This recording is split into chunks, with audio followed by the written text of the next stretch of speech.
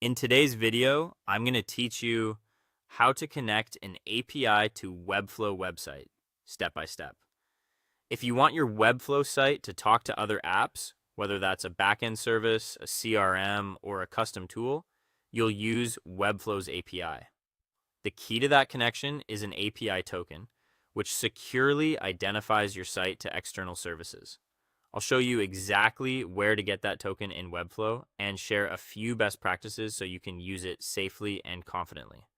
First, head to Webflow and sign in. From your dashboard, open the specific site you want to connect. We'll be working inside that site's settings, so make sure you've selected the correct project, especially if you manage multiple sites or work in a team environment.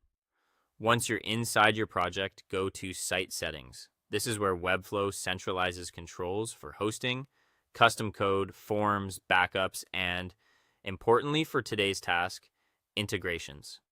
It's also a good place to double check you have the right permissions. In some workspaces, only certain roles can manage API access. Next, open the Apps and Integrations section.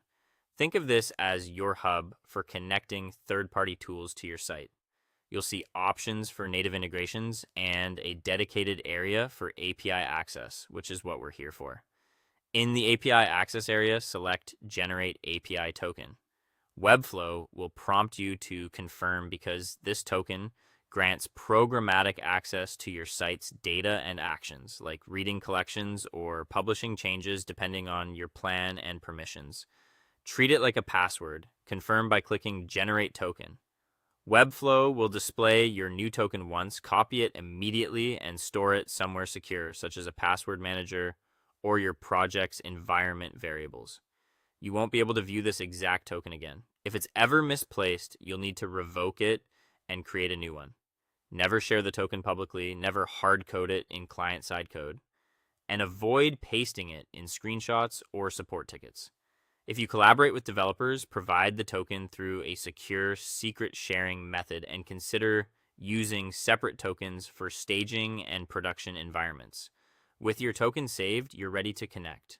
Most services will ask you to include it as a bearer token in the authorization header of your requests.